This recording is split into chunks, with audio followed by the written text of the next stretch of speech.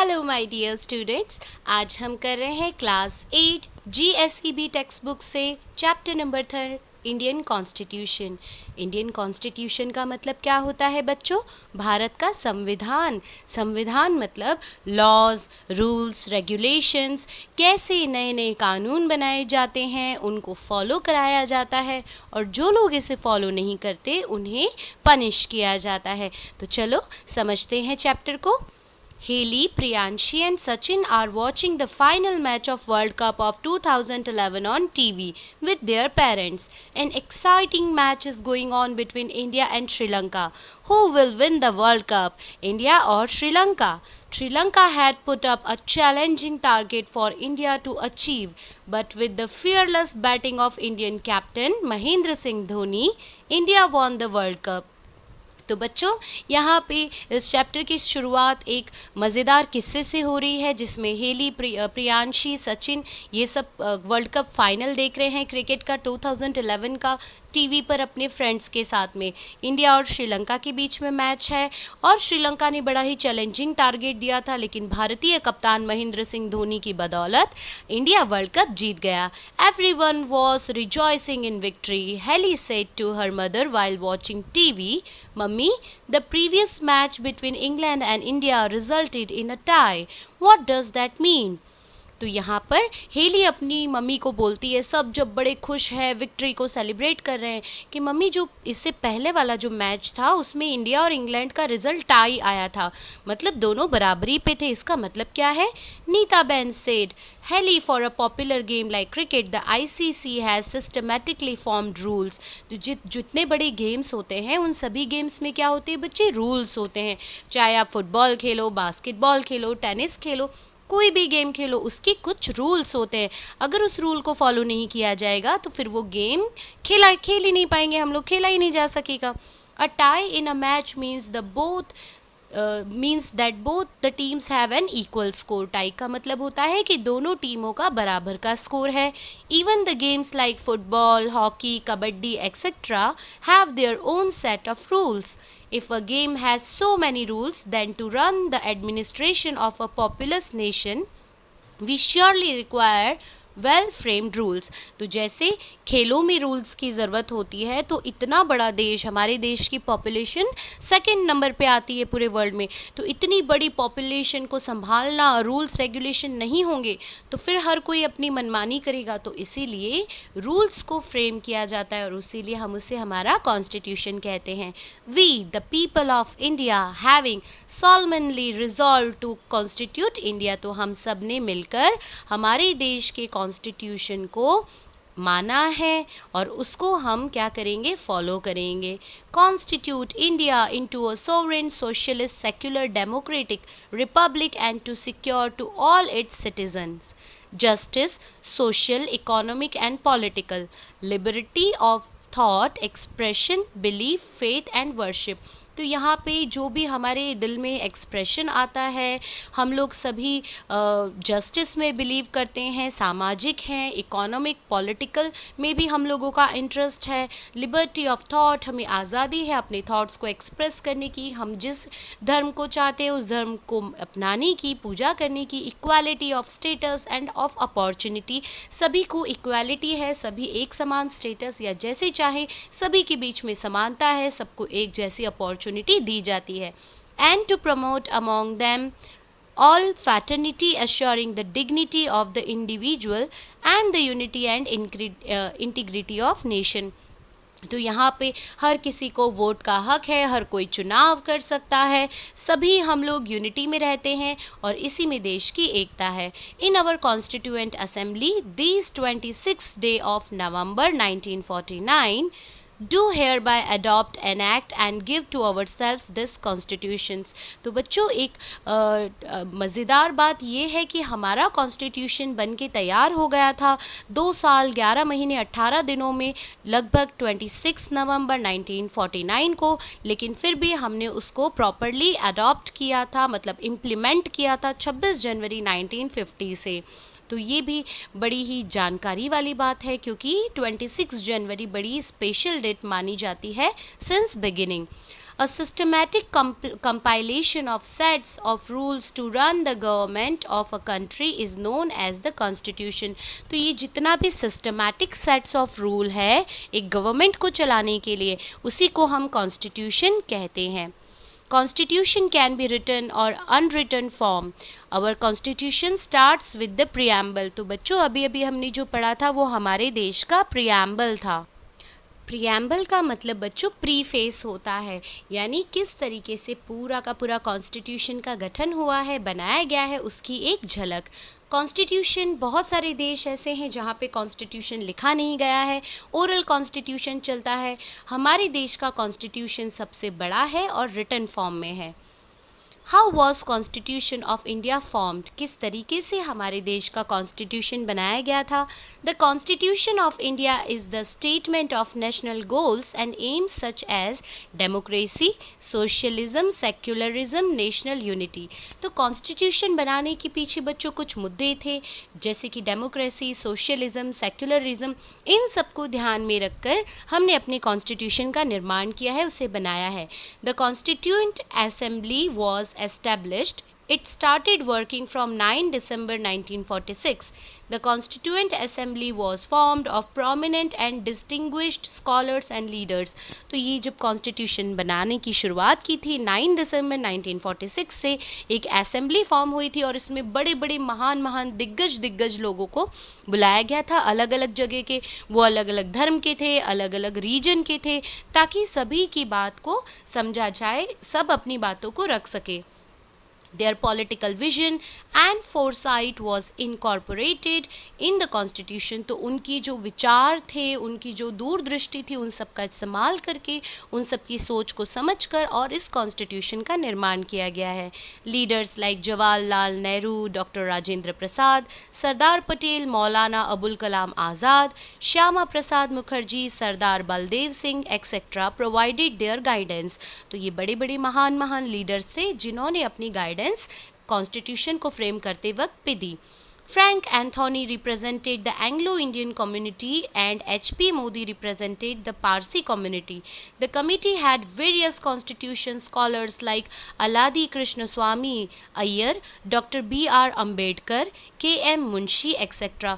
तो ये बड़े बड़े दिग्गज लोग थे, अलग अलग कम्युनिटी के रिप्रेजेंटेटिव्स भी यहाँ पर आए थे और उन्होंने भी अपनी सलाह और सूचन दिए थे. There were female members like Sarojini Naidu and Vijay Lakshmi Pandit. Dr. Rajendra Prasad was elected as the president of Constituent Assembly. तो इस कॉन्स्टिट्यूएंट असेंबली के प्रेसिडेंट जो थे उनको चुना गया था और वो थे doctor Rajendra Prasad. There were a number of sub committees to take care of various aspects of the constitution. अलग अलग कमिटीज़ भी बनाई गई जिन्होंने हर एक चीज़ों पे, हर एक लॉ पे, हर एक रूल के ऊपर ध्यान दिया और उन्होंने हर एक मुद्दे का ख्याल रखा. The drafting committee which was headed by doctor B.R. Ambedkar gave to the constitution its final shape. तो ड्राफ्टिंग कमेटी, ड्राफ्टिंग मतलब जो लिखने वाली जो कमेटी थी वो under the guidance of doctor Bhimrao Ambedkar के नीचे थी और उन्होंने ही इस पूरी जो ये कॉन्स्टिट्यूशन है उसको फाइनल शेप दिया था. Total 166 meetings were held by the Constituent Assembly in a time period of 2 years, 11 months and 18 days. On 26 November 1949, the committee passed the Constitution, which was enforced on 26 January 1950. तो बच्चों पूरे 2 साल 11 महीने 18 दिनों में 166 meetings के बाद में ये कमिटी ने अपना ड्राफ्ट दे दिया था, मतलब तैयार कर दिया था कॉन्स्टिट्यूशन. और इसका एनफोर्समेंट यानी ये कब से शुरुआत की हमने इसकी 26 जनवरी 1950 से. तो यहाँ पर देखो थिंक करने के लिए बोला हुआ है, जैसे कि मैंने आपको आगे बताया कि 26 जनवरी को ही हमने कॉन्स्टिट्यूशन की को एनफोर्स क्यों किया. यहाँ पे बड़े दिग्गज नेताओं की तस्वीर दिखा रखी है, मौलाना आज़ाद, डॉक्टर भीमराव अंबेडकर, डॉक्टर राजेंद्र प्रसाद. यहाँ पे ये जितने भी महान नेता थे हमारे, सरोजनी नायडू, कन्हैयालाल मुंशी, तो इन लोगों को हमेशा याद किया जाएगा क्योंकि ये क्रिएटर्स ऑफ कॉन्स्टिट्यूशन है. तो यहाँ पे देखो why do we need a constitution? भाई कॉन्स्टिट्यूशन की ज़रूरत ही क्या है? What if there is no constitution? अगर कॉन्स्टिट्यूशन नहीं होगा तो क्या होगा? अगर कॉन्स्टिट्यूशन नहीं होगा तो फिर भेदभाव होने लगेगा। सपोज़ कीजिए कि किसी का कोई रिश्तेदार पुलिस में है और अगर उसने कोई गुनाह कर दिया है, कोई जुर्म कर दिया है, तो भी वो अपने रिश्तेदारी की खातिर शायद उसे सज़ा ना दे। अगर किसी का कोई रिश्तेदार कोई बड़ी पोस्ट पे नहीं है तो फिर उसे सज़ा ज़्यादा हो सकती है। यानी कोई भी चीज़ में फिर बैलेंस नहीं हो पाएगा। A constitution serves many objectives. It is a document which finally waves the ethos and ideals of our country. तो जैसे कि बच्चों, आप जहाँ पे भी रहते हैं, अगर आप सोसाइटी में रहते हैं, अपार्टमेंट में रहते हैं, कहीं पे भी रहते हैं, तो वहाँ की कुछ नियम कानून होते हैं कि आपको पार्किंग कैसे यूज़ करना है, गंदा नहीं करना है। अगर ये नियम नहीं होंगे तो क्या होगा? कोई कुछ भी करेगा और फिर लड़ाई झगड़े होंगे। तो इसी तरीके से कॉन्स्टिट्यूशन एक डॉक्यूमेंट के फॉर्म में है। इसमें मॉरल वैल्यूज़ है, इसमें एथोस है, आइडियल्स है कि भाई क्या करना है, क्या नहीं करना, गलत काम की क्या सज़ा होगी, ये सब कुछ लिखित फॉर्म में दिया हुआ है। It tells about the kind of government our country would have, how to run the administration of our country. In a democratic form of government, we elect our leaders so that they can run the administration on our behalf. However, there are provisions in the constitution to check the misuse of powers by the leaders. तो constitution के हिसाब से हमारे देश में democratic government है और यहाँ पे हमारे द्वारा चुने गए नेता ही हमारी जो बातें हैं उनको रखते हैं पार्लियामेंट के अंदर और उसके हिसाब से फिर आगे फैसले होते हैं। पावर जो है अभी भी कॉमन पीपल्स के हाथ में है। अगर हमें लगता है कि लीडर्स इसका मिसयूज़ कर रहे हैं इन पावर्स का, तो फिर हम क्या कर सकते हैं? उन्हें बदल भी सकते हैं। तो थिंग्स टू नो, यहाँ पे बच्चों जो चीज़ें हमारे जानने के लिए है। The Constitution of India has borrowed some special features of constitutions of Britain, Ireland, France and the United States of America. तो देश का जो संविधान है उसमें कुछ चीज़ें हमने दूसरों के संविधान में से उधार ली हुई हैं, यानी उनसे हमने कुछ आइडियाज़ ले रखे हैं, जैसे कि ब्रिटेन से, आयरलैंड से, फ्रांस से, यूनाइटेड स्टेट्स ऑफ अमेरिका से। The constitution of India is the longest written constitution in the world. तो भारत की पॉपुलेशन के जैसे ही हमारे देश का कॉन्स्टिट्यूशन भी सबसे बड़ा है पूरे वर्ल्ड में। अब salient features of our constitution, यानी बड़े ही इम्पॉर्टेंट फीचर्स की बात हम कर लें, कौन कौन से हैं? तो democratic rule. India has adopted the democratic system of government. Bharat ने डेमोक्रेटिक सिस्टम अपना रखा है गवर्नमेंट में। बच्चों, दो तरह की गवर्नमेंट होती है, एक होती है मोनार्की, एक होती है democratic system.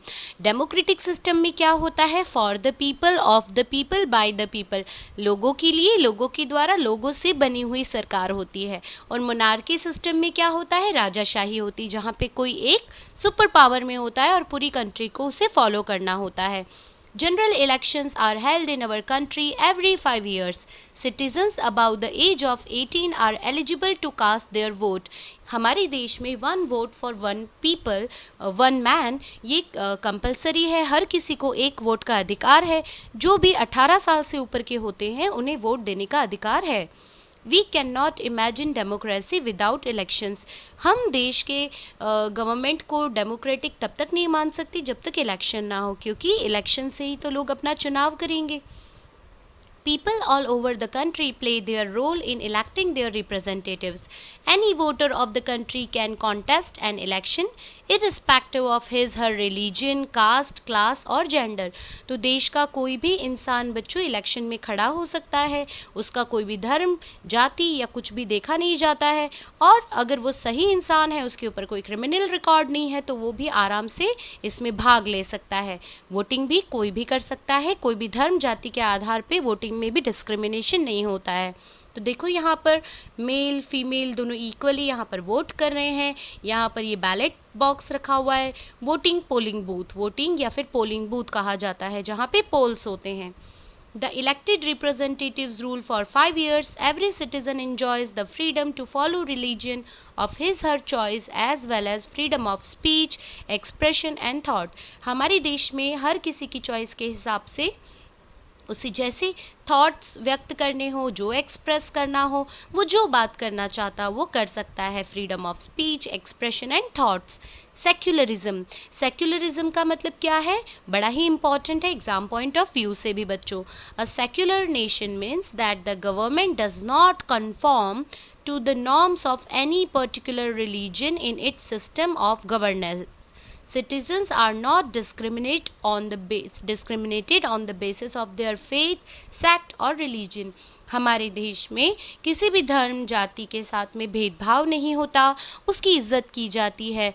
Every citizen enjoys the right to follow and propagate the religion of his her choice.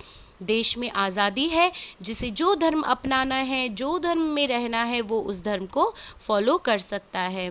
अब बात करते हैं बच्चों रिपब्लिक की। What is the meaning of Republic? Republic means a government that obtains power from people directly और indirectly.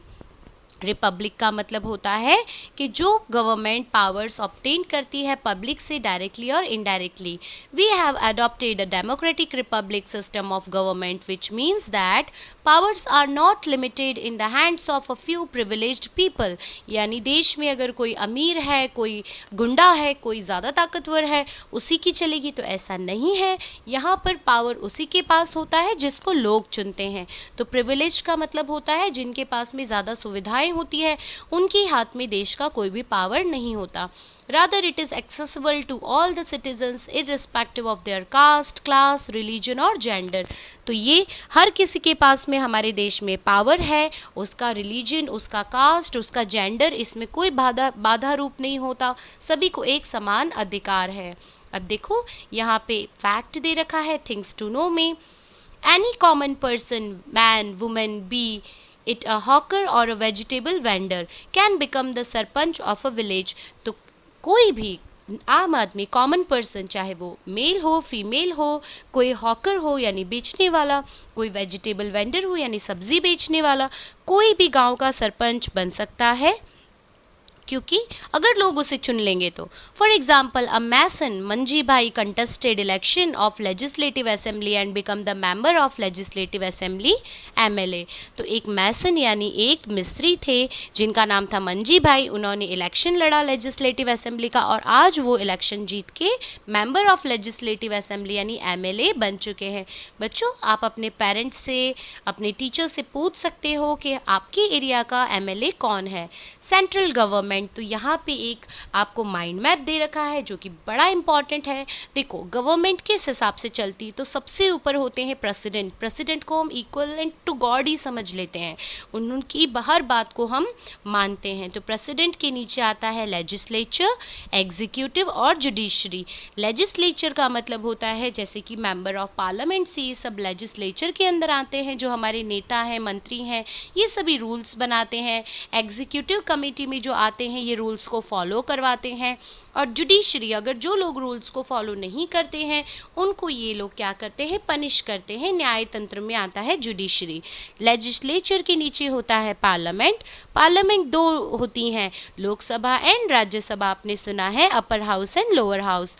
अब executive में आ गए प्राइम मिनिस्टर और उनके नीचे आ गए काउंसिल मिनिस्टर, जो अलग अलग डिपार्टमेंट देखते हैं, जैसे defence minister, finance minister, rail minister. Judiciary में आ गया हमारा सुप्रीम कोर्ट। सुप्रीम कोर्ट क्या करता है, न्याय करता है। अब देखो स्टेट गवर्नमेंट की अगर हम बात करें, अभी हम सेंट्रल लेवल पे बात कर रहे थे पूरे देश की, अब हम अगर पर्टिकुलर स्टेट की बात करें तो वहाँ पे जो होता है प्रेसिडेंट के जैसे ही गवर्नर को वो स्थान दिया गया है जो सबसे ऊपर का स्थान होता है। गवर्नर के नीचे फिर से आ जाता है स्टेट का legislature, executive, chief minister and council minister. अब स्टेट में फाइनेंस मिनिस्टर को कौन है, रोड मिनिस्टर कौन है, जो हमारे ये मेडिकल फील्ड के मिनिस्टर कौन है, तो ये अलग अलग मिनिस्टर्स जो होते हैं चीफ मिनिस्टर के साथ में काम करते हैं और डिपार्टमेंट को संभालते हैं। फिर है जुडिशरी में हाई कोर्ट आ जाता है। स्टेट के लेवल पे हाई कोर्ट सबसे बड़ा होता है, उसके नीचे डिस्ट्रिक्ट कोर्ट और उसके नीचे सबऑर्डिनेट कोर्ट्स, जैसे कि आजकल फैमिली कोर्ट होते हैं, कंज्यूमर कोर्ट्स होते हैं। तो ये अलग अलग तालुका लेवल पे जो कोर्ट होते हैं वो सभी सबऑर्डिनेट कोर्ट में आ गए। लेजिस्लेचर में देखो बच्चों, स्टेट गवर्नमेंट लेजिस्लेटिव असेंबली यानी विधान सभा, विधान परिषद भी इसको कहते हैं। फिर काउंसिल मिनिस्टर के नीचे आता है लोकल एडमिनिस्ट्रेशन, जिसमें पंचायत आ गया, और municipal corporation and municipal boards. तो अगर गांव होता है, छोटा इलाका होता है, तो वहाँ पे पंचायत होता है। बड़ा शहर है, मेट्रो शहर है, तो वहाँ पे म्यूनिसिपल कॉरपोरेशन या म्यूनिसिपल बोर्ड होता है। तो बच्चों यहाँ पे पिक्चर में आपको हमारे नेता नज़र आ रहे हैं जो भाषणबाजी कर रहे हैं। जब भी इलेक्शन का समय होता है तो ये लंबे चौड़े भाषण लेकर आ जाते हैं, बताते हैं कि हमारे लिए क्या क्या किया है और क्या क्या करने वाले हैं। ये एनेक्ट लॉज हैं कि भाई जो कानून है उसे फॉलो करवाइए, कानून को चेंज करवाइए, जो भी बातें हैं वो। फिर यहाँ पे इम्प्लीमेंटेशन ऑफ लॉज, अगर लॉज का हम पालन करेंगे तो हम लोग सब सेफ रहेंगे। देखो कानून का हाथ हम पर बना हुआ है। फिर है पब्लिक ओपिनियन, पब्लिक ओपिनियन यानी लोग क्या चाहते हैं उस हिसाब से वो अपना वोट देंगे। और फंक्शंस ऑफ गवर्नमेंट यानी जो भी फंक्शन गवर्नमेंट कर रहा है उन सभी को यहाँ पे कंक्लूड किया गया है। तो देखो आगे बढ़ते हैं। Legislature, executive and judiciary are the organs of government. Legislature makes laws. Executive, with the help of civil service officers, implements the laws, and judiciary makes people follow the law and does the work to providing justice. यानी legislatures जो होते हैं, नेता और ये सब हमारे लिए laws बनाते हैं। जो भी काउंसिल मिनिस्टर्स होते हैं वो laws को एग्जीक्यूट करवाते हैं सिविल सर्विस ऑफिसर्स के साथ में। और जुडिशरी का जो रोल होता है वो होता है लॉ फॉलो हो रहा है या नहीं हो रहा, कोई गड़बड़ हो रही है तो उसमें वो न्याय प्रोवाइड करते हैं। अब यहाँ पे देखो think, Gujarat also has Vidhan Sabha, council of ministers and high court. Why so? तो गुजरात के पास में भी विधानसभा है, काउंसिल ऑफ मिनिस्टर है और हाई कोर्ट। ऐसा क्यों है? तो बच्चों गुजरात एक स्टेट है। स्टेट गवर्नमेंट की जब हम बात करते हैं तो वहाँ की एक अलग विधानसभा या विधान परिषद होती है, उसका चीफ मिनिस्टर भी होता है, चीफ मिनिस्टर के साथ में काउंसिल मिनिस्टर्स भी होते हैं, और स्टेट का जो कोर्ट होता है सबसे ऊपर का उसे हाई कोर्ट कहते हैं। तो गुजरात एक स्टेट है इसलिए उसके पास में ये सारी चीजें हैं।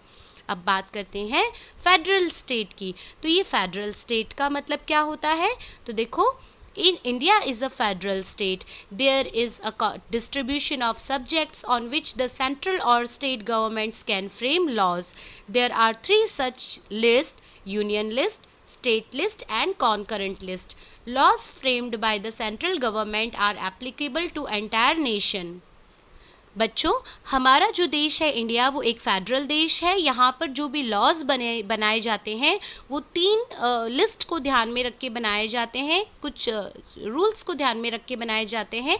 एक होता है यूनियन लिस्ट, एक होता है स्टेट लिस्ट और एक होता है कॉन्करेंट लिस्ट। तो समझते हैं अब इसको डिटेल में कि ये यूनियन लिस्ट, कॉन्करेंट लिस्ट और जो हमारा स्टेट लिस्ट है वो क्या है।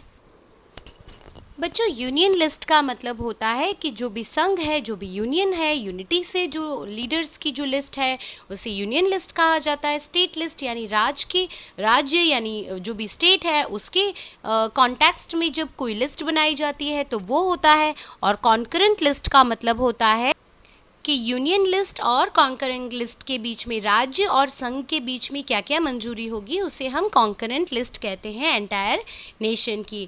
अब बात करते हैं फंडामेंटल राइट्स की। फंडामेंटल राइट्स यानी किसी भी इंसान का जो जैविक यानी उसके जीवन के जो भी अधिकार होते हैं, चाहे वो अमीर है, गरीब है, किसी भी धर्म का है, किसी भी जाति का है, किसी भी स्टेट का है, लेकिन जन्म से उसे जो अधिकार मिले हैं उसे हम फंडामेंटल राइट्स कहते हैं। तो देखो fundamental rights of Indian citizens are provided by the constitution of India that was adopted on 26 of November in the year 1949 but was put in use on the 26th of January 1950. The fundamental rights of Indian citizens guarantee that the residents of the land can lead a peaceful life as long as they inhabit the country. तो यहाँ पर पैदा होने वाले हर एक इंसान के लिए ये अधिकार समान है और उन्हें ये मिले हैं जन्म से अधिकार कि जो भी यहाँ पे जन्म लेगा हमारी धरती पर वो आराम से शांति से पूरे जीवन को जी सकता है। The individual fundamental rights of Indian citizens are most of the time similar in all the democratic countries. तो ये राइट्स हर एक देश के डेमोक्रेटिक कंट्री के हिसाब से हमारे देश में भी हैं। The individual fundamental rights to Indian citizens include the following: equality before the law. Equality before the law यानी चाहे मैन हो, फीमेल हो, बच्चा हो, अमीर हो, गरीब हो, किसी भी धर्म का हो, वो सभी न्याय के लिए एक समान है, सभी को एक बराबर न्याय मिलेगा, किसी के साथ में भी भेदभाव नहीं होगा। Freedom of religion, her individual को ये फ्रीडम है कि वो जिस धर्म को चाहता है उसे अपना सकता है। Freedom of association and peaceful assembly, और सभी के पास अधिकार है कि वो जिससे मिलना चाहें, जिसके साथ में सहयोग करना चाहें, जहाँ पे इकट्ठा होना चाहें, पीसफुली हो सकते हैं। Freedom of speech and expression, सभी के पास में अधिकार है कि उनके दिल में जो भी है वो कह सकें, उनको जैसे भी एक्सप्रेस करना है, खुशी एक्सप्रेस करनी है, सेलिब्रेट करना है, दुख व्यक्त करना है, तो वो भी कर सकते हैं, तो उसमें किसी की भी रोक टोक इसमें मानी नहीं जाती है। Right to constitution remedies for the protection of civil rights, और अगर किसी भी व्यक्ति के राइट्स के ऊपर कोई भी एक्सप्लॉयटेशन हो रहा है, उनसे उनके अधिकार छीने जा रहे हैं, तो उनके पास पूरे के पूरे अधिकार है कि वो कॉन्स्टिट्यूशन की मदद लेकर जुडिशरी के पास जा सकते हैं अपने राइट्स के प्रोटेक्शन के लिए। तो बच्चों, यहाँ पर हमारा ये चैप्टर फिनिश होता है। आई होप आपको बड़े अच्छे से समझ में आया होगा। अगर चैप्टर समझ में आया, वीडियो पसंद आई, तो please like, share and subscribe your favourite channel knowledge is wisdom.